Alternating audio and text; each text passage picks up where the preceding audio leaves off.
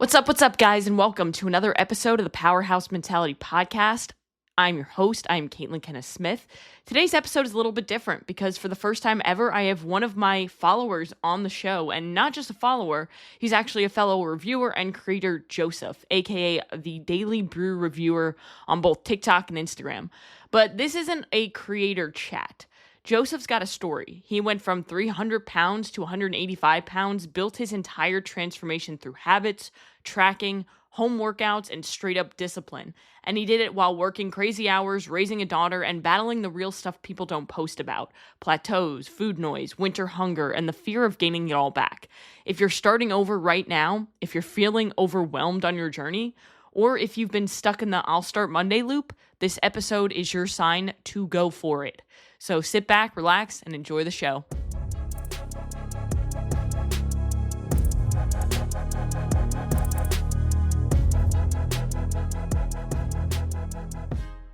Hey, Joseph, welcome to the podcast. Hey, how are you? I'm doing great. It's actually really interesting because I don't think I've ever had one of my TikTok followers and fellow reviewers in just a different space actually on my podcast. So you're the first. Yes, definitely, definitely. It's great to meet you and actually see you in person. And I love the reviews you do with all the protein supplements and energy drinks, just everything in general, being in the fitness space. Yeah, I appreciate that. And I know that the biggest reason why I'm here is because one day you were just like, hey, I'd like to be on your podcast, which I love because I hate when people either have a third party person email me and be like, hey, I want to have my client on your podcast, which I think is so silly. But I think it shows like you have a story to tell and you have confidence in what you're doing. And you told me you went from 300 pounds to 185 pounds and you're still doing it. Still doing it. Haven't been really much consistent in the last month. So before we get into all of that, I actually want to have you plug yourself. Where can people find you on TikTok and what do you do on TikTok? Because I feel like a lot of people who are listening are probably going to love what you do. So I'm the Daily Brew Reviewer. I review local coffee shops. I help them pretty much bring the businesses out there to have people go to local coffee shops and not the typical Starbucks or Dunkin' Donuts. These coffee shops are had a big struggle during COVID. I'm Mm-hmm. trying to help them bring their clientele back and highlight some great drinks that they got. And I also do home videos too, like different lattes and stuff like that. I'm just all over the place. I love it. I love it. But the main thing is just like coffee. And I love the mission of helping local coffee shops kind of get themselves out there because I agree with you. While where there's too much Starbucks, there's too much Dunkin', and there needs to be more local because I feel like those are way better anyway. Yeah, shopping local is the greatest thing. You get to meet the owners, Mhm. staff, the baristas, all the hard work and dedication that they put into these drinks, and the amount of like time and effort they have to do to create those drinks to make that experience better for you as you come in as a customer. And you get that one-on-one relationship where you go to Dunkin' Donuts, you don't really get that relationship, like hospitality relationship that you expected to have when you go into a Mhm. regular local coffee shop as a daily person that purchases it every day. Yeah, and I find that the coffee typically is better and the vibe is just nice. I love going to like when I lived in New York, I used to go to a local coffee shop always and just go to different ones and just do work there because it just feels nice to do that versus there's not a lot of local coffee shops near me. So if I ever want to get out of the house and do work, I'll go to Starbucks and it's definitely not the same. Yeah, exactly. You get the better vibes, better workspace, and then you just get to meet local people around town too. You get to have conversations and just have a good time. Hell yeah. I love it. Definitely. Awesome. Before we get into the details of all your journey, my first question is where were you mentally and physically when all of this started? So you mentioned you were 300 pounds, but dive into how you were physically and emotionally at that state. I felt like I was not much. It's hard because I didn't feel different as any way. I thought it was perfectly normal for me. Mhm. As the day goes by, I still worked hard, still moved around, but I was not really I didn't feel like the whole mental health issue that other people encounter as they start gaining weight, the mental health, like not getting enough sleep, and a whole bunch of other factors into place. I thought it was just more of being normal. It was normal for me. Yeah. Until one day when I was working with somebody, there was a fire that happened, and I was there, and I went to take out the fire. I work in healthcare as a maintenance director. And as I was doing that, I experienced smoke inhalation, and my blood pressure was through the roof. Mm. And I went to go see the doctor and everything. And he says, you need to lose weight, because they could not keep my blood pressure down. I had Yeah. high blood pressure for a long time. And I felt like it was normal because it didn't feel any different. My body Right. was used to it. When you're overweight, your body gets used to changes and it adapts. Yeah. It's And almost like you I find comfort in the pain too. What a lot of people do is they don't realize how terrible they felt until they actually lose the weight and they change things because, like you said, you just adapt and this is the new normal. Yeah, and that's how I felt. It was like normal. It was perfectly fine. But then again, too, my mother, she's the one that always says, "You're getting big. You're getting big. You're looking like your uncle." My uncle was like 500 pounds, and he said, "You're Shit. starting to get into that way." My doctor, numerous times as I went for my daily physicals, "You need to lose weight, or do you want to die?" He says to me. He says, "Do you want to live for your daughter?" I'm like, "Yeah, I want to live for my daughter." He says, "Lose the weight. Trust me, you're gonna feel so much better." And I ignored him the first year. And then after that whole Mhm. health scare that I had, that's when I took it into overdrive and become serious about the whole thing. I started off with my wife. She got me into the Weight Watchers program. So I did that in the beginning. It worked Was this around? 4 years Like, ago. yeah, so like 2021, 2022 kind of. 22, 22. Nice. So it was 2022, and she got me in the Weight Watchers program because she was in the program. So I stuck with the Weight Watchers for about 3 months. And then they changed their whole point system and they made it universal. So certain things that my wife were getting 0 points, it was costing me points. So when they changed everything, that's when the weight never changed for me. Makes sense. Yeah, exactly, because they made it universal. So I stopped that. And then I was trying to find other alternatives and research. So I went online, and you know that stupid ad that comes up every time, the V Shred ad. Damn him. Every time. I'm sorry, but I like Scotty K Fitness. Like, fuck V Shred is right.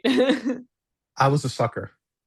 I Yeah, did I the mean, V Shred, a lot of people were. But I wouldn't call you a sucker. It was like you were so desperate for something and they market very well.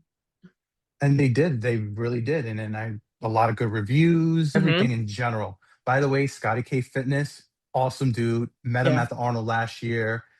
Great dude. I met Iron Sanctuary, the Plum Cover, all the fitness Oh, and all the guys. influencers, Yeah. all the guys. You have to go to Ohio and go for Oh, the yeah. the I'm Arnold. actually going this year. What?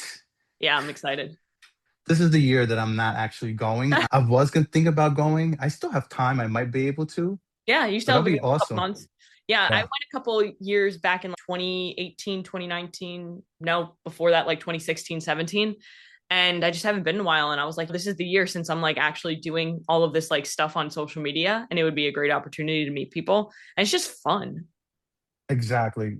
So much fun. A lot of great people. I met like Granny Guns. I met like everyone. They were all just great and fantastic and very helpful and knowledgeable and stuff like that. But on a side note, as I went through this whole thing with the V Shred thing, I did that for 3 months. I paid, I think it was like $3,000 for this Yeah. program. And I had a great coach, but I did not see the results that I was getting. Yeah. What was your experience like with the coach? The coach was good, but was your adherence just not there, or was it just the process wasn't working?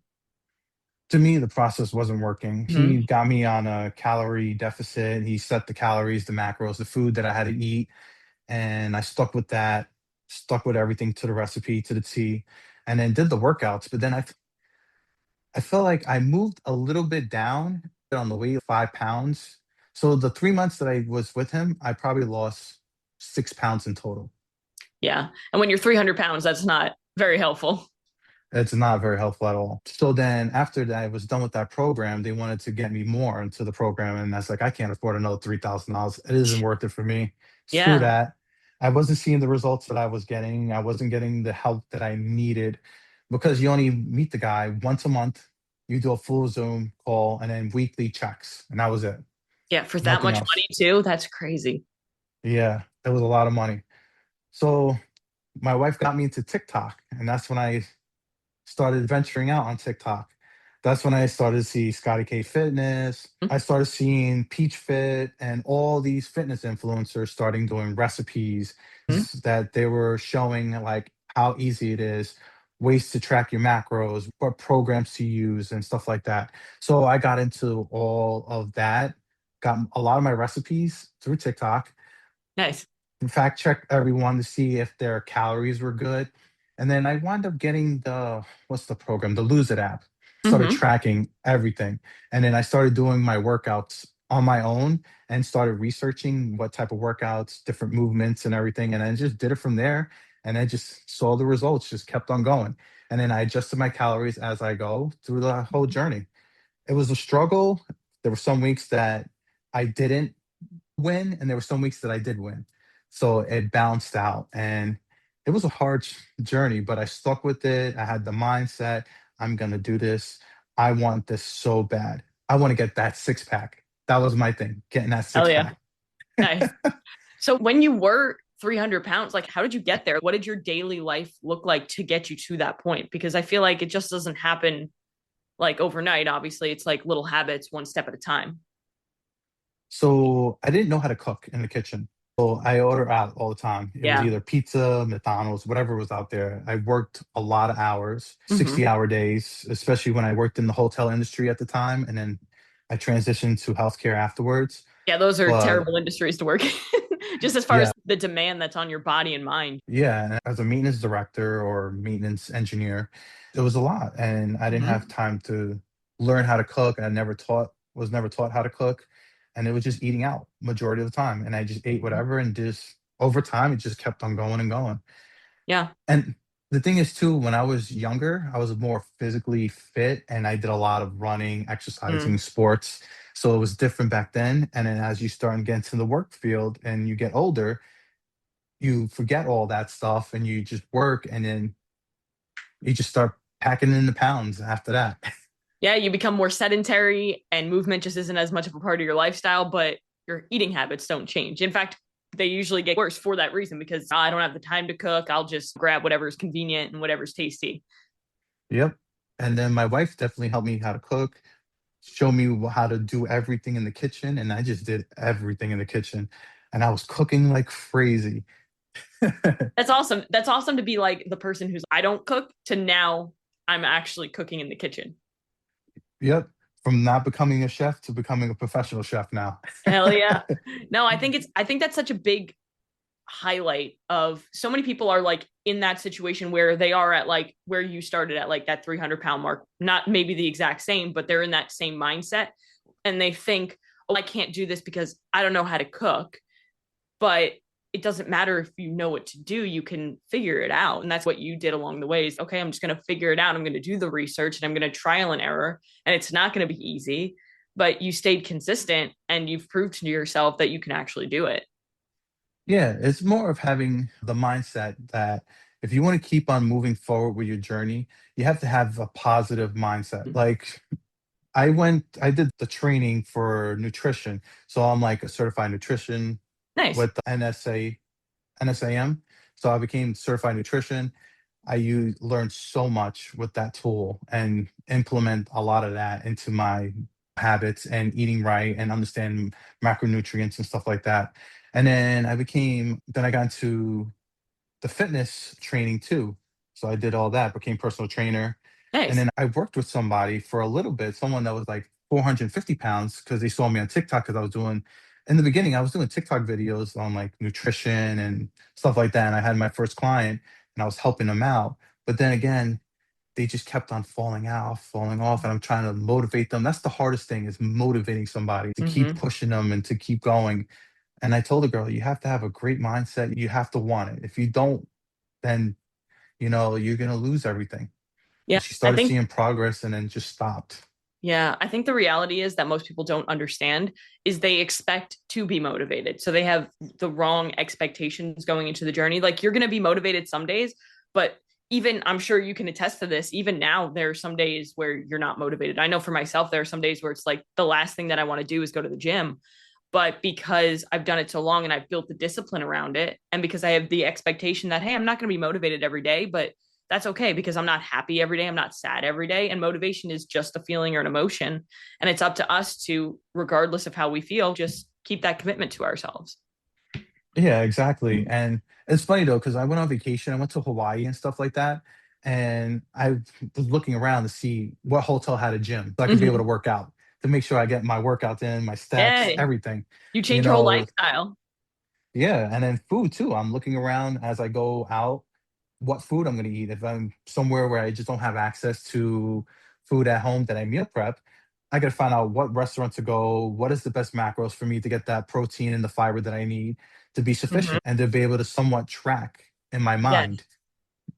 Yes, it's about changing your lifestyle and changing your habits. And I think that's such a cool thing to say. From you went from the person who ate out all the time to now when you go on vacation, you're like, hey, what hotel has the gym? What restaurants can I get food at? It just shows that this isn't about just doing things, it's about literally changing your lifestyle. Yeah, exactly. I had a conversation with my brother today. We were driving, and he's overweight, and I'm trying to help him to lose weight because now he went from pre-diabetic to diabetic. And I says, I can help you lose the weight. So I asked him what he ate in a day. So Mm-hmm. he gave me a breakdown on what he ate in a day. And I went through calorie by calorie. What are the calories that he ate for that food? And I said, dude, whatever you got there, especially like the list of food that you ate for breakfast, I says, you're already at 900 calories. Mm-hmm. And he's like, how the hell do you know that? I says, because when I've been consistent in tracking my food, you know the calories of every food item. What's the calories of chicken breast? How many grams of protein you're getting? At a standard chicken breast, 120 calories at 25 grams of protein. Or butter is at a tablespoon of butter, it's 110 calories. You start Mm-hmm. to know these numbers because you're constantly inputting those in on a tracking app. So that's how Mm-hmm. you know how many calories you're eating because you have it saved in your mind because you've done it for so long. So now I Correct. don't need the app anymore because I know what it is.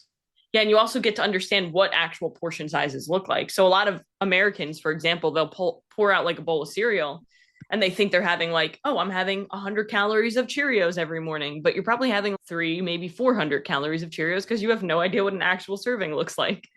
Exactly, unless you're weighing it out too.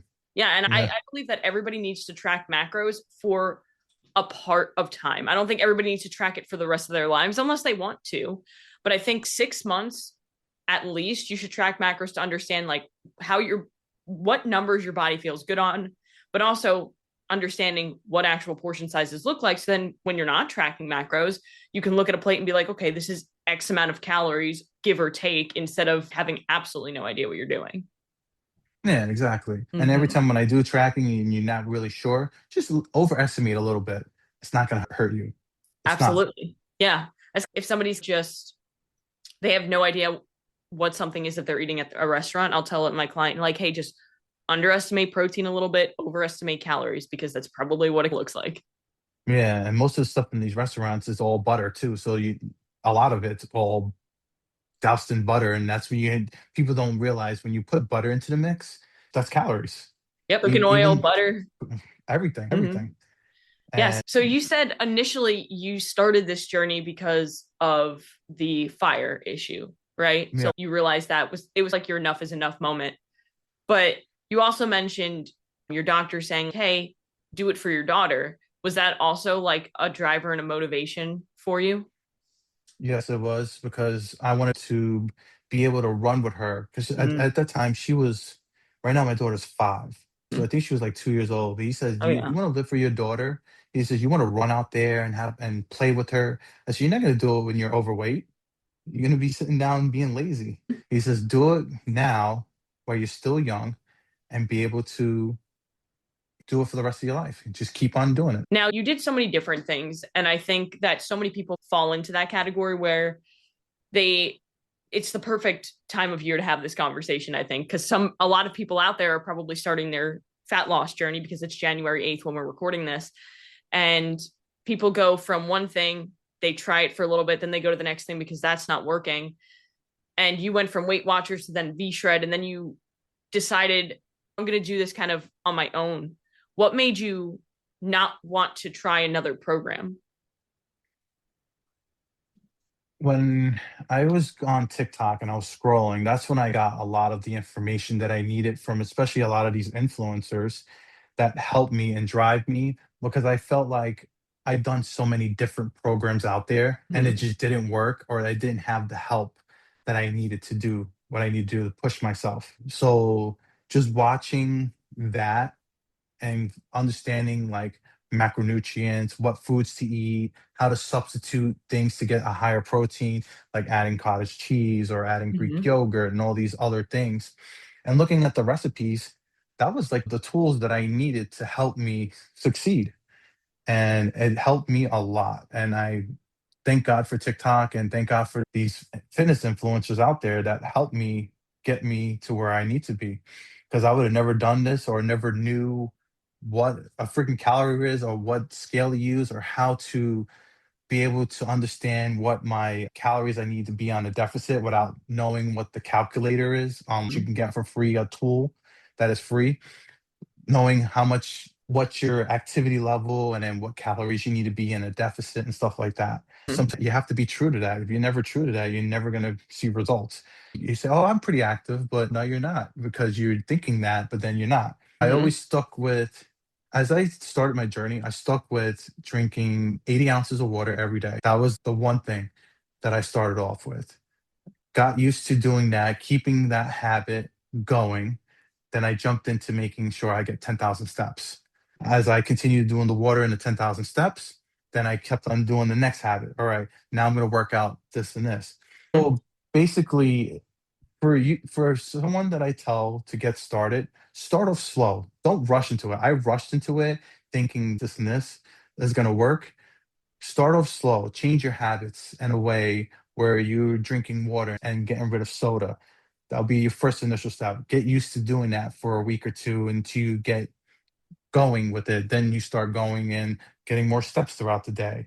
Then now you start getting into the meal stuff. Start meal prepping your breakfast every week. Do a whole meal prep for the week.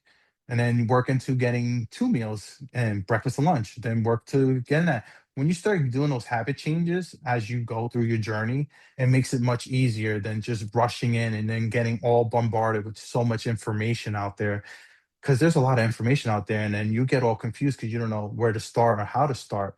So like starting these small little habits each day or each week as you get used to these habit changes will make you more successful towards the end of your goal and it will help you dramatically.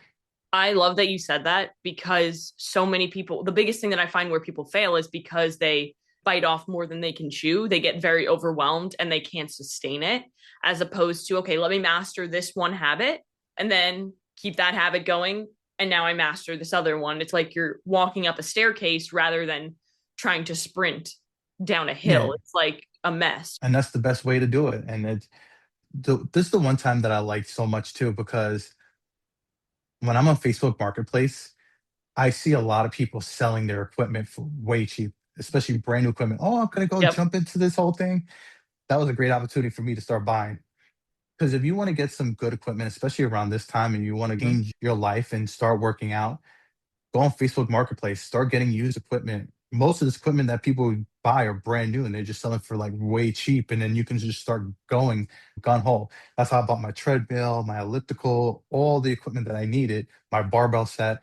Then after a while, I started buying everything new. Nice. Yeah, no, that's actually a really good hack. We love Facebook Marketplace for that reason because sometimes you'll find something and almost have to like triple check to make sure that the price is correct because they're selling it for so cheap.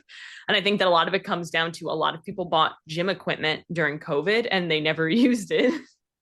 Yeah, or they just start their new year. Oh, I'm going to start this Yeah. year of losing weight, and they buy all this equipment, and then 2 or 3 months down the line, they fail, and then just selling it out for Yep. way cheap. Yep. Which is sad to think about, but at least somebody's getting a gain from it. I'm getting the gains for it, and it helps me. Oh, I need that piece of equipment Hell for yeah. me. So do you mainly work out at home or are you going to the gym? I did all my workouts at home, That's everything. awesome too. That's a huge testament too, because so many people, again, that's another excuse people have is, oh, there's no gym around me, or the gym's too far, or it's not convenient.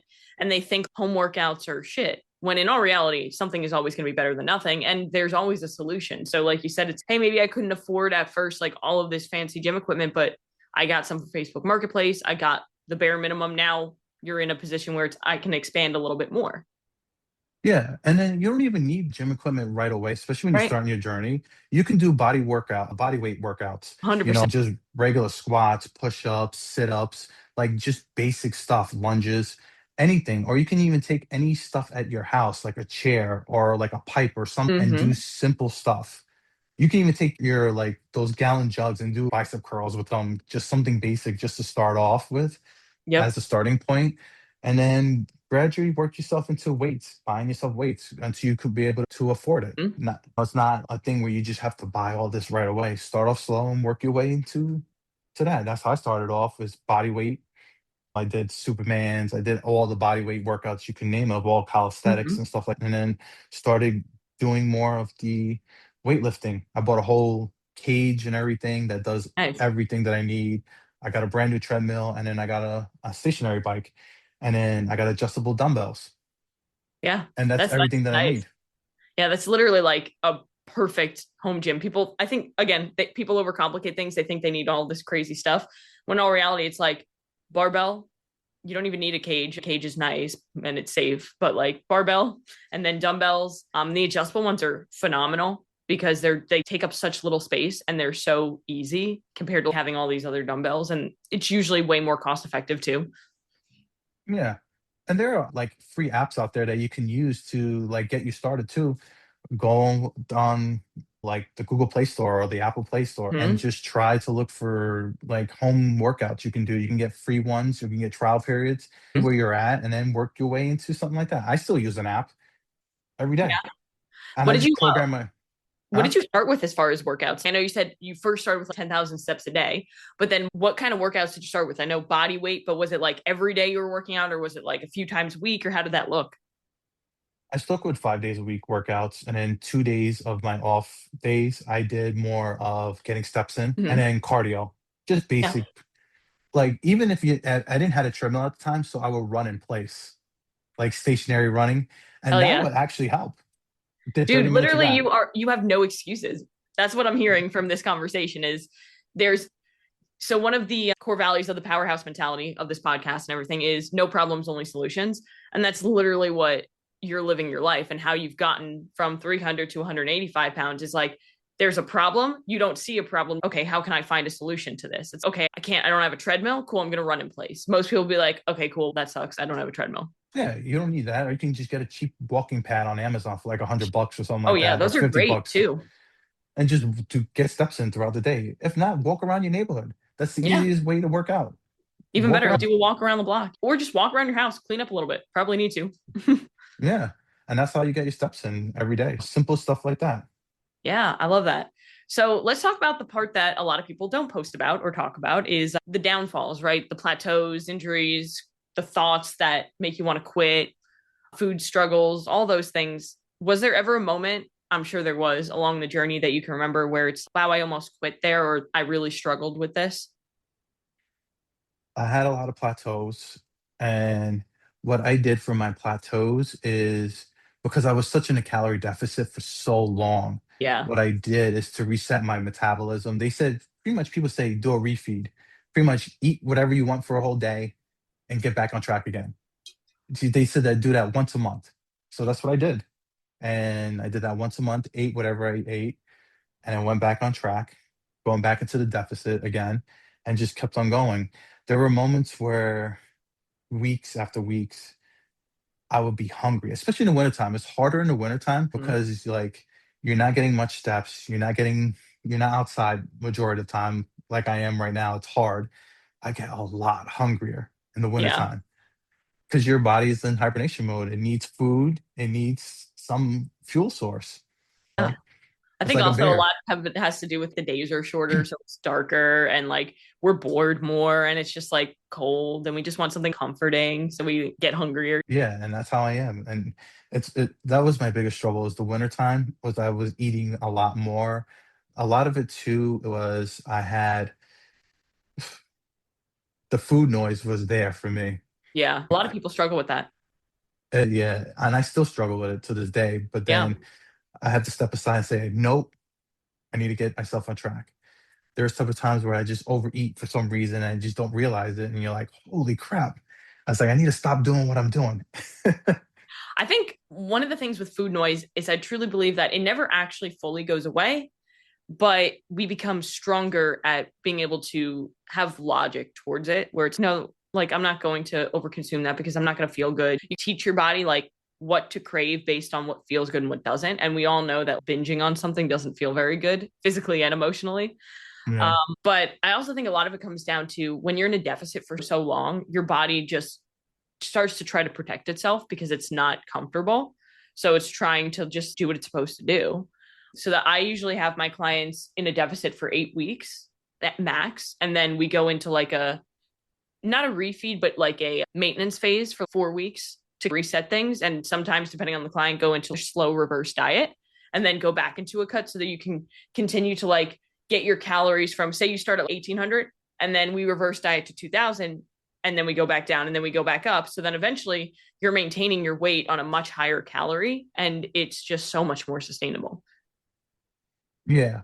And then, like, in the beginning, when I was doing all that, I was Mm-hmm. doing more of like once a month, just eating Yeah. whatever I can. I would just polish like probably 3 or 4,000 calories in one day Yeah. and then go back on track again. But now that I'm doing my cut again, I do 4 weeks, 4 or 5 weeks, and then a couple of days of eating Nice. whatever. And But I think that's then, such a smart thing to do because it does help to combat those thoughts too. Because instead of you thinking restrict, you're like, no, it's okay. I'm going to be able to have these foods or I'm going to be able to enjoy what I want to enjoy. It's not like this forever. yeah. And the best thing too is like when I did my journey in the beginning, I stuck with the diet hardcore. Yeah. And I did that for 2 years straight, counting calories, making sure my macros are on point, and just stuck with it. That I totally like my mind when I started eating like something different, it like changed me because I started changing everything to do like the 80/20. Started Yeah. eating certain things where I normally never ate, like Oreo cookies or like candy or something like that. So when I made that restrictive diet for so long, it like mentally and physically like messed with me hardcore where I was craving it so much because I just Yeah. restricted myself for so long that I was like, you know what?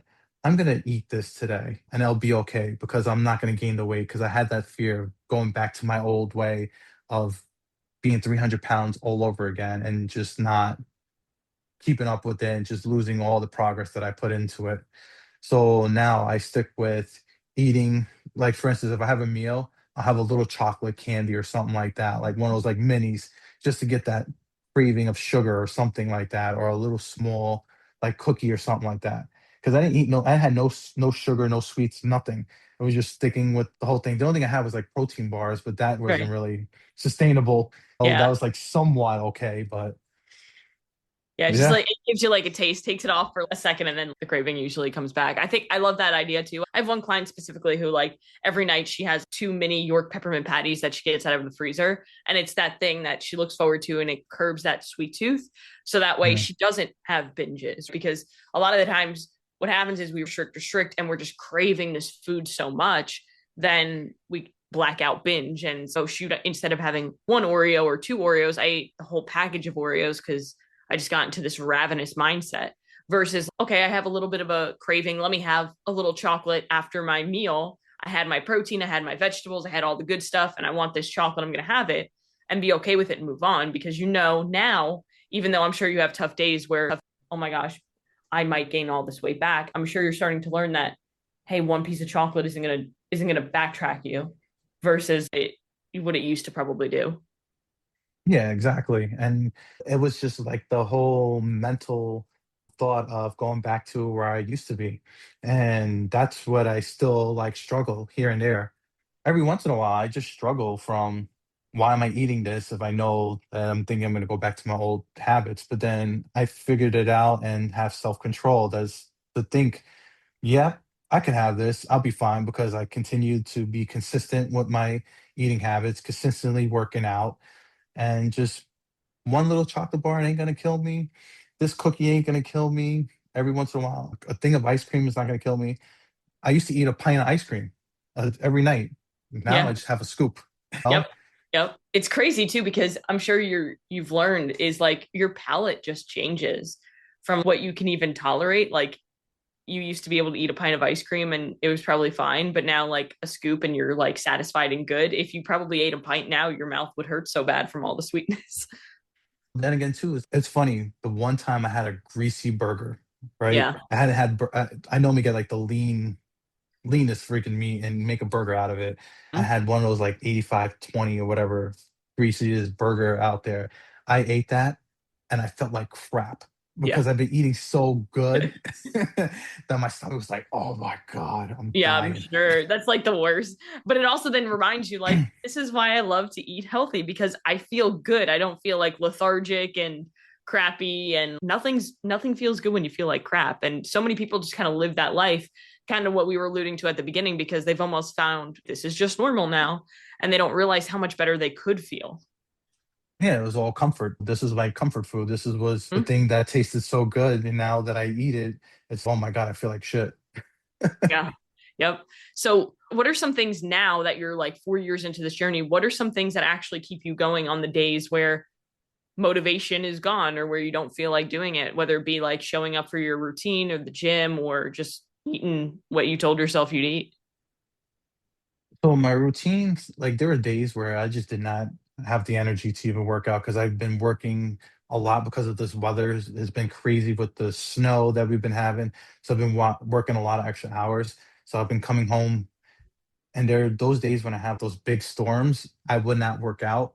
And I feel like so mad about myself because I'm not doing it and I break out of my routine. But then I was like, you know what? It's okay to miss a day a week or 2 days a week, but it's still continue what I do with my journey. Those days that I just don't feel like working out and I'm just like tired, I'll just do walking. I'll just do steps just to I think get that's something. really good too. It's kind of like auto regulation. You start to learn your body and you start to realize like what when you actually shouldn't work out because it could actually inhibit your body's ability to recover versus when you're being a little bitch, we'll say, and just not Yeah, wanting to work out. So I think that's cool that like over the last 4 years, you've really learned like, okay, there are some days where I'm just too tired. I had a hard day or a very long physical day, and I shouldn't work out almost because people don't realize that they need a lot less than they actually think they need. exactly. And then like especially doing the workouts and working hard on my workouts and then Mm-hmm. working a crazy day at work, you're just Mm-hmm. tired and you're exhausted and you're just feeling sore in general. And I'm like, Mm-hmm. it's okay. My body needs to recover so I can start the next day to actually push myself harder for the next day. Just give me that extra day of pretty much relaxing and getting my body back to normal and then get back on the grind all Oh over yeah, again. I love that. And another thing is you are a father, and a lot of people they're like two camps of people.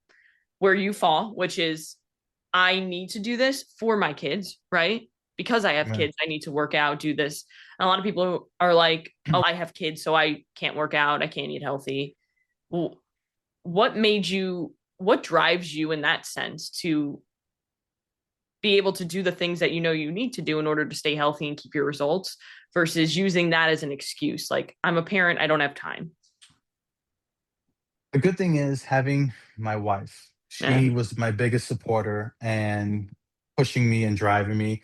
And I pushed her and drived her and my mother-in-law, helped them lose weight as they see my journey as I gone through phases of the weight loss. And at the time, was a great thing too. My daughter, she eats just like me. That's awesome. She the thing is when you start a kid at a young age, if she starts seeing you doing these things at a young age, they adapt and learn from you as a parent and they continue to do those things with you and join you on your journey. For instance, my daughter eats she don't eat a lot of meat. She'll eat chicken, but she'll eat more veggies and fruits than anything else. Anything That's else. awesome. There are times where I'm working out and she will come downstairs to work out with me. And she's 5 years old. She's like, Daddy, look at me. And I bought her a little play set, and she's doing the stuff that I'm doing, the bicep curls, the deadlifts. And she's just having a good time. The tricep pull downs with my cables. I'll put no weights on it. She'll start pulling. Look at me, Mhm. Daddy. So So awesome. she, it's like showing your kids at especially that young and Mhm. them watching you with your routine and your habits, they're going to adapt and they're going to use that as they get older. So they become more healthier as they grow. Yeah, And I that's think the that's greatest tool. huge. That's huge because it's not like you're forcing it on her. She's just seeing what you're doing and she's, oh, I want to be like dad. I want to do these things because I can see that he's doing them and she looks up to you. So it's like such an incredible thing because people don't realize like your kids are watching you even when you don't realize they're watching you. Yeah, exactly. And they see what you eat and that's what they're going to eat. And that was the Hmm. thing. Like, I'm 40 years old and my parents, yeah, they fed us. They fed us really good. But pasta, rice, and a whole bunch of stuff, especially being in a household with my dad's Puerto Rican and my mom's Italian.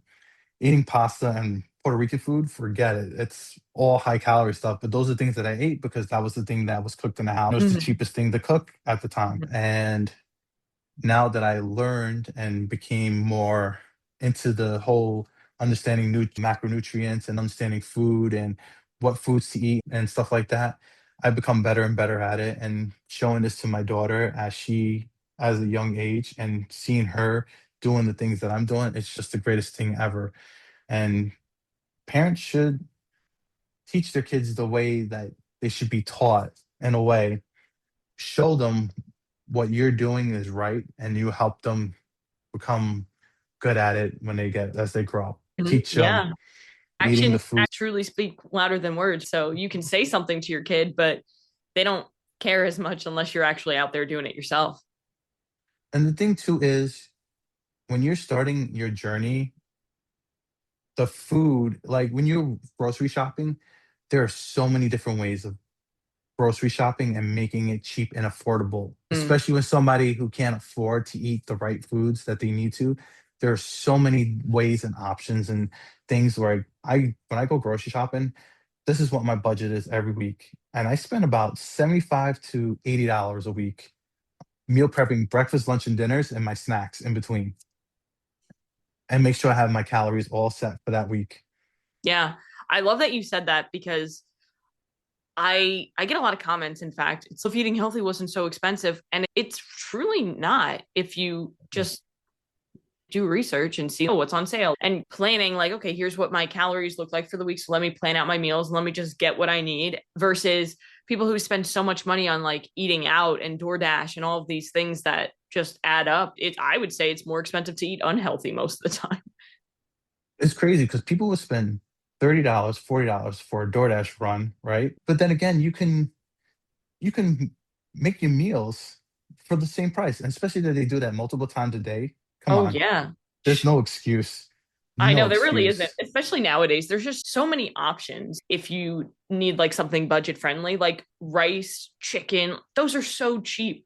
Potatoes, very cheap. Like you don't have to always have the best cut of meat and all these things. Those are nice, but at the end of the day, just plan out your budget. I think that's where most people fail. And it's what exactly you said is what truly matters to them because they'll drop $40 easy without asking questions on one single meal for DoorDash versus you could spend $40 and get groceries for your lunches for the week and be fine. Yeah, and no, normally my meals are like what is the cost? Like $3 to $4 a meal Yeah. for Yep. you average it out. And the thing is too, like when I meal prep too, when I do my whole like grocery shopping and the stuff that I'm meal prepping for that week, some of that food is going to be left over. So if I'm buying like 5 pounds of rice or something like that, I have Mhm. enough rice is going to last me for the next 2 or 3 weeks for Yep. my next meal prep. Of I'm going to do rice with this, rice with that. Same thing with pasta. That's the cheapest thing you could do. You can get I normally do like the Barilla protein pasta Yeah. or the Bonsai or whatever the Bonza protein pasta, and I'll do half a box of that into my meal Hmm. preps, and then have another box the next week. So you can carry over your sauces, your some of your ingredients over, and then the chicken I normally buy the big huge family pack, and I'll have some extra chicken that I'll throw in the freezer. So as I accumulate buying chicken, I'll have another full set, so it'll be cheaper for the next one. So that's how I plan my groceries is, oh, I have leftover this. Think about oats.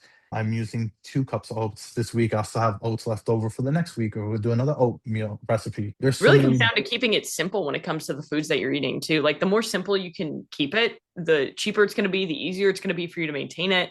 Because I think nowadays people overcomplicate the process so much with nutrition. They make it so confusing when it's like, if you just, for the majority of people, when you first get started, if you focus on hitting your protein goal, whatever that is for you, 1 gram per body pound, and then just focus on eating majority whole foods, if not all whole foods at the beginning, you're going to be fine. You don't have to be super concerned with too much stuff. And then as time goes on, you can dial things in a little bit more, track your calories, track your macros a little bit more consistently. But for a lot of people, they just need to change the habit of what they're currently doing. Yeah. And it's all about being consistent, and habit changes is the biggest key. Yep. Getting good sleep is another thing, making sure you get enough sleep for you to recover for the next day. Yep. Underrated Um, too. People think, oh, I'll sleep when I die. And I feel like that era is finally ending. but yeah, sleep is the biggest key. If you don't get enough sleep, and sleep could affect your whole weight loss progress too. A If you don't get hundred enough of percent. it. Yeah, I don't know about you, but there'll be some days when, whether it be myself or a client, they have a shitty night of sleep, or I have a shitty night of sleep, and I wake up and the scale is up. But it has nothing to do with body fat. It has nothing to do with what I did yesterday. It has everything to do with the fact that my body is inflamed and stressed. So I'm holding on to water. Yeah, and then the scale is always going to change Oh, yeah. periodically. Is either 4 or 5 pound, whatever your body changes throughout the day. The number one two key factor is don't always weigh yourself every day, because that's what's going to throw out your progress. Big consistently weighing yourself. Do it once a week or once a month. There are days where my weight will go up because I had a little bit of more sodium in my meal one day, or a little bit more carbs. That's just all water weight. And people are thinking, oh my God, I ruined my progress. I gained 2 or 3 pounds. Whoop de doo, Yeah. just keep on going through. The next day, you'll probably lose that 2 or 3 pounds plus more. Yeah. Yeah, I like to have my clients, like, especially if they first get started, we're not weighing ourselves for 90 days, because you just need to focus on the process, not focusing on the scale, because the scale, like you said, it fluctuates for so many different reasons that are unrelated to fat loss. And at the end of the day, we can't control the scale as much as we think we can. I'm a creature of habit. Every single day, I'm having like the same meals, the same thing. My training obviously changes, but if I have the exact same foods, exact same amounts on one day, I wake up, oh no, the scale's up a pound. I didn't change anything. It's just, okay, did I have a hard workout? I'm a little bit more stressed. Did I have something stressful happen in my life? And we can't control that no matter what. So the best you can do is just focus on what you can control, which is your process. Another thing too is, like, I took weekly pictures of myself so I could Big, see my process. yeah, My I did weekly pictures, and I think I still have them, where I first started, and then you start seeing the transition, like very small little changes in my body. And that's what another thing that helped me, motivated me, was seeing those little yeah, small things that changed in my body, and seeing like my waist being reduced. I'm getting more muscle development on this part of my body. And it's just crazy just seeing it. It's a slow progress, it's not a rush progress. It takes time. People want it instantaneously. It's not going to happen. You got to take your time with it and just go with it. People want to lose 4 or 5 pounds a week. It ain't going to happen unless you starve yourself. 1 to 1.5 pounds a week is sufficient enough to be able to keep on consistent with that every week. When you start losing it fast, you're going to gain it right back quick. yeah. And that's on average too. So I like to say half a pound to 1.5 pounds a week on average. And people don't realize, oh, that means some weeks you might gain 2 pounds, other weeks you may lose 3 pounds, other weeks you might stay the same. So it's just about Yeah. looking at like averages and not over concerning yourself with the scale, and having a neutral relationship to it is the best way I like to explain it is, hey, if it goes down, cool. Hey, if it goes up, cool. What are we doing? What's our process? How are the photos looking? I think that's such a big thing that people underestimate is tracking photos, because you can look completely different at the same exact weight if you've put on muscle and lost body fat. Yeah. And when I seen the photos, and then I started seeing some ab development, I'm like, oh, I'm Uh, starting to get a little bit of abs. hell yeah. I But love it. then I lost the abs a little bit. But it's crazy though, like how when you take a pre-workout, and then when you're done working out, and how much like muscle development and everything is like there, and then it Yep. just goes away. Yep. You get that sick pump, and then, oh, do I even work out? Yeah, man, I look good. And then you take a picture quick. This is what I look like. This And is what that's I a lot look of like. people like marketing like before and after photos. No, this is just me not pumped and then me pumped. Yeah, exactly. Or like my mom one day says to me, she says, "You're starting to get a belly." I says, "Yeah, because I'm bloated because I ate so much crap and my stomach just sticks out because I'm bloated." Yep. But I says, "Don't worry, tomorrow will go away." Yep. Hey, that's really what it is. So, what's the next steps for you? So, you went from 300 to 185. Do you have, are you said you mentioned you're in a cutting phase. Like, what's the goal? I'm trying to get myself down to 165 or 170, but I've just been struggling with it like that for the past year. Mm, But I'm gonna try to actually push myself because I wasn't really pushing myself at the time. I was just sticking with the same routine that I was doing. So I'm just gonna change it up a little bit and just be more strict and push myself even harder. It's hard when, especially when you want to start doing more heavier weights, because the weights that I'm used to are just a good point where, especially when I'm bench pressing, I don't have a spotter. So I don't want to kill right. myself. Yeah. So I get like that. this, I keep it at a certain level, but I try to do extra reps. But then when I know that I can't do it anymore, I just rack it up a little bit. Or I'll Hmm. get stuck with the barbell. And then same thing with like squats and then like deadlifts and all that other stuff. So that's the whole thing, is trying to get myself more consistent. Right now it's not, I'm still doing what I'm doing as working out, keeping with the nutritional part, but I'm not seeing much of my weight changing because I'm not really doing much. But once next month or maybe March, that's when I'm start going hard because I can be able to go outside, do a lot more walking and do Yeah. more activity stuff than what I'm doing right now, because I'm burning myself between these snowstorms that are happening in New York, especially. It's Oh, just yeah, been I bet. crazy. Yeah. Yeah. When's the last time, have you ever done a reverse diet? Nope, I have not done a reverse diet. Let me ask you, where are your calories at? What I'm eating right now for calories. Yeah. So right now I'm doing about 1850. And you're 180. Man, I guarantee you, if you eat more, I know it sounds scary, but if you slowly increase your calories, like I'm talking 150 every couple weeks for a little bit, maybe until March, right? You get your calories up to 24, 2500, and then you can cut from there. You're going to be in a much better position to cut, because right now it sounds like you're probably in a plateau because your body's just tapped out. Yeah, and it's the things too is I'm not getting much sleep either Yeah, that because I've doesn't help. been yeah, I've been getting like 4 or 5 hours of sleep a day. And then the things too is like all the content that I've been doing lately with the coffees and stuff, that I've been polishing a lot of like the sugary stuff. So Right, that's right. another thing too. So I'm not really, there's some days where I'm just overeating more than what I Yeah, yeah. normally do. So basically calories is measured out in a week's, like a whole Yeah. week. So I'm pretty much like somewhat close to my calories, Mm, or like being like even maintenance for the week, or I'm yeah. going up a little bit. But other than that, How tall are you? 5'8". Okay. Yeah. I was going to say, I'm a I really think, man, if you ate a little bit more, it would reduce a lot of stress. And that sounds like where your body's at, stressed. Yeah. Think Ate a about it. lot. Last month I ate a lot. I Oh, ate a yeah. lot last month because America. the whole month of last month was just eating a lot. I had 4 birthday cakes, ate a ton of that. Damn.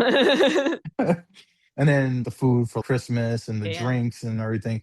So pretty much my whole last month was all, I wasn't even counting calories and I was just eating more and Yeah, more. there And you that's when go. I Okay, so started, you did a little bit of an unintentional winter bulk, we'll call it. yeah, a winter bulk, yeah.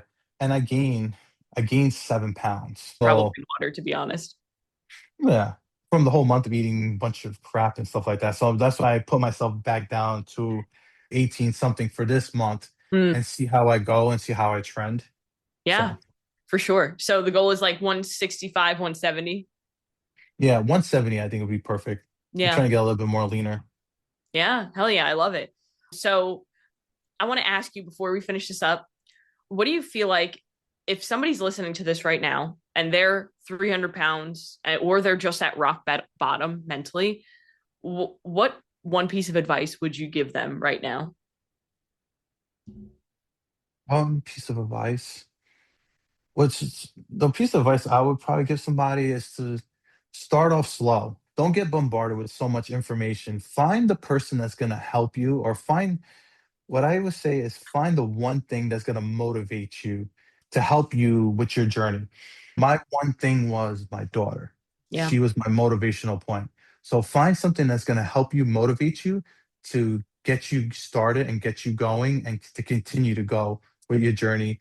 And find a person that's going to help you with that journey, someone that's going to help you, motivate you, and be there for you 100%. My daughter was my motivational point. My wife was my motivational point too. She was there cheering me on day by day and helping me out with the whole process. And then start off slow. Don't rush into it. Don't bombard yourself into all this information. Oh, I need to be strict and get all of this. Start slow, continue with habit changes and work on your habit changes and then work your way from there. Start little by little progress. I love that. Great advice. Find purpose and then one step at a time really is what it comes down to. Yeah, keep it one step at a time. Don't rush the whole thing. It takes time. It just takes time. And I just tell everybody slow progressions become better results in the end. That's so true too. Drop where people can follow you and follow your daily brews. The Daily Brew Reviewer Nice. on Are you on Instagram and on Instagram? TikTok. Okay, Yep, cool. I'm on Instagram, TikTok, and on YouTube Oh, hell yeah. I and love Facebook. Yeah, everywhere. yeah, Cool. Awesome, man. I appreciate you for being on the show. This is a great conversation. I think a lot of people are going to get some value from it as far as hearing what it's truly like to go on this journey, because so many people don't really hear the story. They see like posting on social media influencers and et cetera, so forth. But I appreciate you for being on the show, for asking. And for everybody out there, go out and do one thing that's going to take you one step closer to where you want to be. yeah. Thank you for having me. Hell yeah.